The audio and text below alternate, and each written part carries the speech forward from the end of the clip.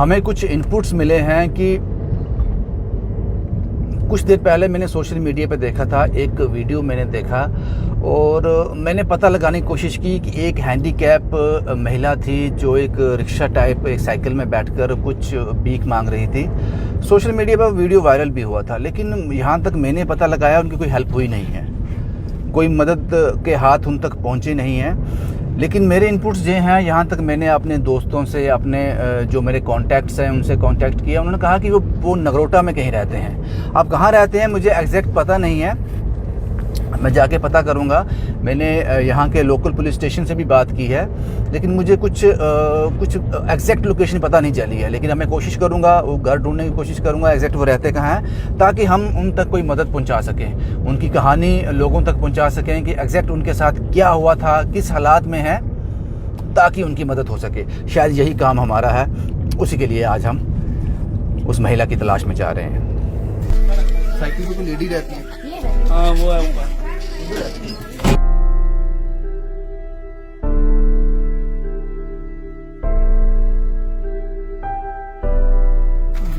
मैं आपकी हेल्प करूं? नहीं, मैं चढ़ जाती हूँ भैया। अब रोज ऊपर नीचे जाते हैं ऐसे? ऊपर नीचे जाती हूँ मैं रोज। चलो चलो, आराम से, कहीं गिरने जा रहा है।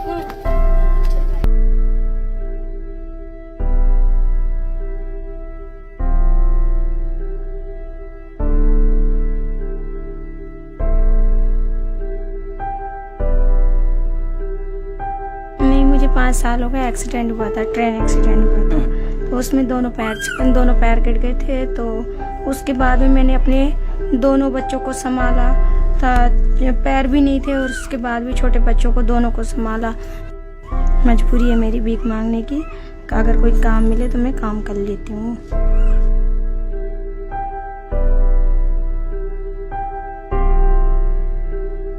पहले ठीक थी, शादी भी अच्छी हो गई थी, बच्चे भी अच्छे हो गए थे, ऑपरेशन भी अच्छा हो गया था। पर ये हौसले के मारे बच्ची गिर गई, अकेली इधर आना था उसको।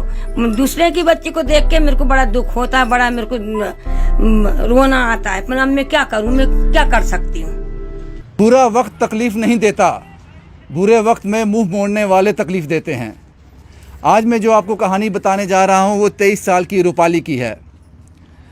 कुछ साल पहले रूपाली ट्रेन में सफ़र कर रही थी, एक एक्सीडेंट हुआ, उसकी दोनों टांगें जाती रहीं।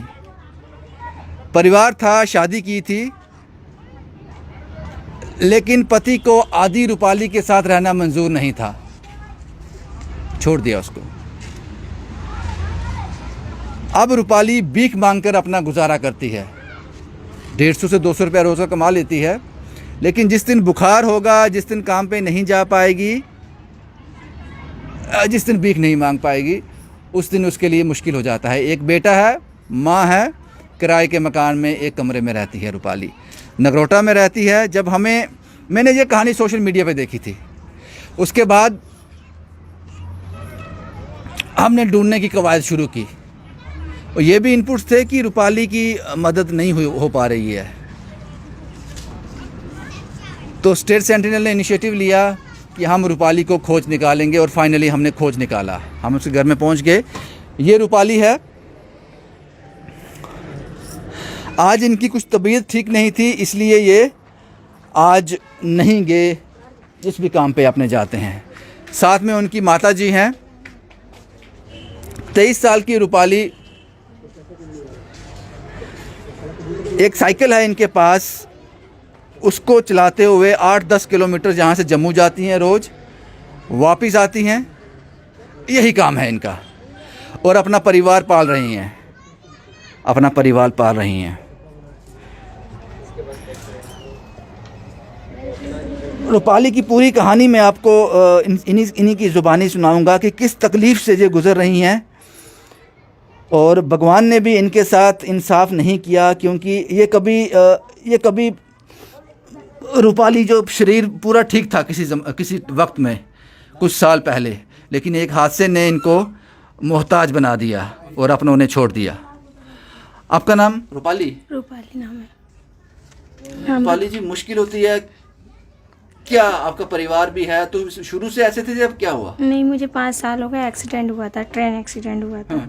तो उसमें दोनों पैर कट गए थे। तो उसके बाद में मैंने अपने दोनों बच्चों को संभाला था, पैर भी नहीं थे और उसके बाद भी छोटे बच्चों को दोनों को संभाला।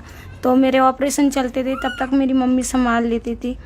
उसके बाद में फिर जैसे ठीक हुए तो फिर उसके बाद मैंने अपना खुद ही किया सब कुछ, क्योंकि मेरे घर वालों ने छोड़ दिया था मुझे। घर वाले ने छोड़ दिया था। क्यों छोड़ दिया उसने? उसे जब पूरे लोगों के साथ कोई नहीं रह पाता तो आधे के साथ कैसे कोई रहेगा, ऐसे उसने मुझे छोड़ दिया। तो फिर जब से मैं खुद ही अकेले खुद कर रही हूँ अपना सब कुछ, कमरा किराए का रखा है, सब कुछ मैं पैसे एक करती हूँ तो 100-150 रुपये जुड़ते हैं। तो उसमें घर में राशन लाना, खाना खिलाना, बच्चों को देखना, माँ को देखना, कमरे का किराया देखना, 100-150 रुपये जुड़ते हैं बस। क्या करते क्या हो आप? मैं जाती हूँ, जम्मू जाती हूँ तो कोई मुझे 10 देता, कोई 5 देता, ऐसे मेरे पैसे जुड़ते हैं। भीख मांगते हैं? हाँ जी। तो क्या कभी अच्छा लगता है कि कभी लगा था कि आपको ये दिन भी आएंगे भीख मांगना पड़ेगा? अच्छा लगता है? नहीं, अच्छा नहीं लगता, लेकिन मजबूरी है ना, करना पड़ता है। नहीं लगता अच्छा, लेकिन फिर भी मजबूरी में करना पड़ता है ये सब। क्या चाहते हो कुछ अगर हो सके तो सर आप सबसे इतना ही चाहते हो कि आप मेरे को थोड़ी बहुत किसी चीज़ की मदद कर दें, कोई छोटा मोटा काम दे दें जिससे कि मैं काम कर सकूं और अपना घर चला सकूं और अपने बच्चे को और अपनी माँ को संभाल सकूं। भीख नहीं मांगना चाहते हो? ये नहीं। सही नहीं लगता है? नहीं, मजबूरी है? मजबूरी है मेरी भीख मांगने की। अगर कोई काम मिले तो मैं काम कर लेती हूँ। रूपाली की माता जी भी यहाँ पे हैं, उनसे बात करते हैं। आपका नाम क्या है? मेरा नाम भागवती। भागवती? हाँ। बेटी साल में है, बुरा लगता है? हाँ, बुरा लगता है, मांगने जाती तो बुरा लगता है। तकलीफ में है? हाँ। पहले ठीक थी? पहले ठीक थी, शादी भी अच्छी हो गई थी, बच्चे भी अच्छे हो गए थे, ऑपरेशन भी अच्छा हो गया था। पर ये हौसले के मारे बच्ची गिर गई, अकेली इधर आना था उसको, तो काम करने के लिए आती थी तो रेल में अपनी झेलम में इसका हौसला हुआ और कोई व्यक्ति ने ढकेला है क्या, कोई ने इसको जानबूझ के धक्का लगा तो ये गाड़ी के नीचे आ गई, तो ये पैर चले गए बच्ची के। और फिर मैंने छोटे छोटे 2 बच्चे थे, उसको मैंने पाला पोसा, फिर बच्ची अच्छी हो गई। लेकिन 2 बच्चे का, इनका तो मैंने एक ही देखा। लड़की खत्म हो गई। वो कैसे? वो ना ऐसी बीमारी थी, कोई ने उल्टी दस्त में। हाँ। तो खूब पैसा लगा, अपन बच्ची नहीं बच्ची अपनी माँ। हाँ, तो ना इसके मारे बच्चे को देखते मेरे को खूब रोना भी आता है। पर मैं देखो तो काम बनता नहीं मेरे से, बच्ची जाती है। दूसरे की बच्ची को देख के मेरे को बड़ा दुख होता है, बड़ा मेरे को रोना आता है। पर अब मैं क्या करूँ, मैं क्या कर सकती हूँ? क्या कर सकते हो? कुछ नहीं कर सकते हो। लेकिन रूपाली जी, दुख इस बात से भी होता है कि ऐसे बुरे वक्त में अपनों ने छोड़ दिया। हाँ सर, बुरे वक्त में अपनों ने तो छोड़ा है, लेकिन फिर भी हालात से जैसे मर्जी वैसे करके टाइम निकाल रहे हैं धीरे धीरे करके।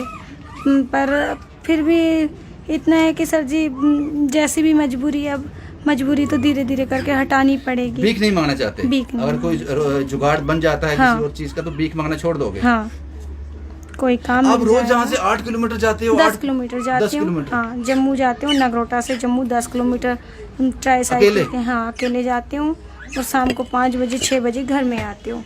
उसी में जो भी मेरे पास 100-150 रुपये जुड़ते हैं, तो घर में मैं राशन पानी भी डालना होता है, किराए भी देना, घर में बच्चे को भी संभालना, सब कुछ खुद अकेले करती हूँ। जो कभी कभी ऐसा होता है कि जैसे आज आपकी तबीयत थोड़ी ठीक नहीं थी, आप नहीं जा पाए, हाँ, तो तो आज फिर मुश्किल हो जाएगी? फिर मुश्किल हो जाती। फिर उस दिन मेरे पास पैसे भी नहीं रहते कुछ, तो घर में कुछ होगा नहीं, तो फिर हम लोग कैसे खाएंगे? फिर भी टाइम निकालते हैं, पानी पी के टाइम निकालते हैं, अगर नहीं होता कुछ राशन इस पानी। कमरे का किराया कितना है? ये कमरा कहाँ है? ये छोटा सा क्या किराया क्या है इसका? इसका 1000 रुपये किराया है। 1000 रुपये किराया है इसका। 1000। 200 रुपये बिजली का बिल है इसका। तो ऐसे सब कुछ धीरे धीरे करके जोड़ना पड़ता है, लेकिन लास्ट में जुड़ पाता नहीं ये है। आप पक्का बोल रहे हो? अगर हम आपका कुछ जुगाड़ कर दें आपके हाँ। काम काज का, तो आप भीख नहीं मांगोगे? नहीं। बुरा लगता है भीख? हाँ, बेटा स्कूल पढ़ता है? नहीं पढ़ता है।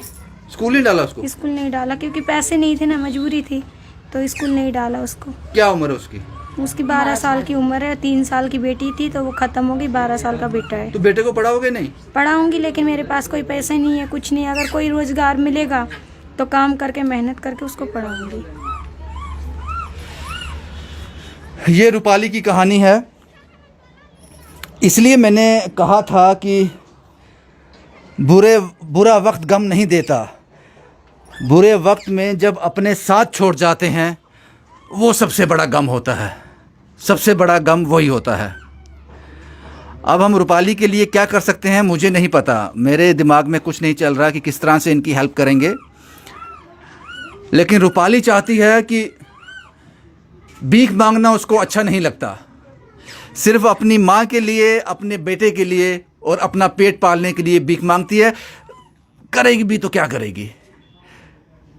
हम इसका क्या अल्टरनेटिव निकालेंगे? आप लोग क्या सजेस्ट करते हो कि रूपाली के लिए क्या कर सकते हैं हम, ताकि रूपाली को 8-10 किलोमीटर जम्मू रोज ना जाना पड़े भीख मांगने के लिए?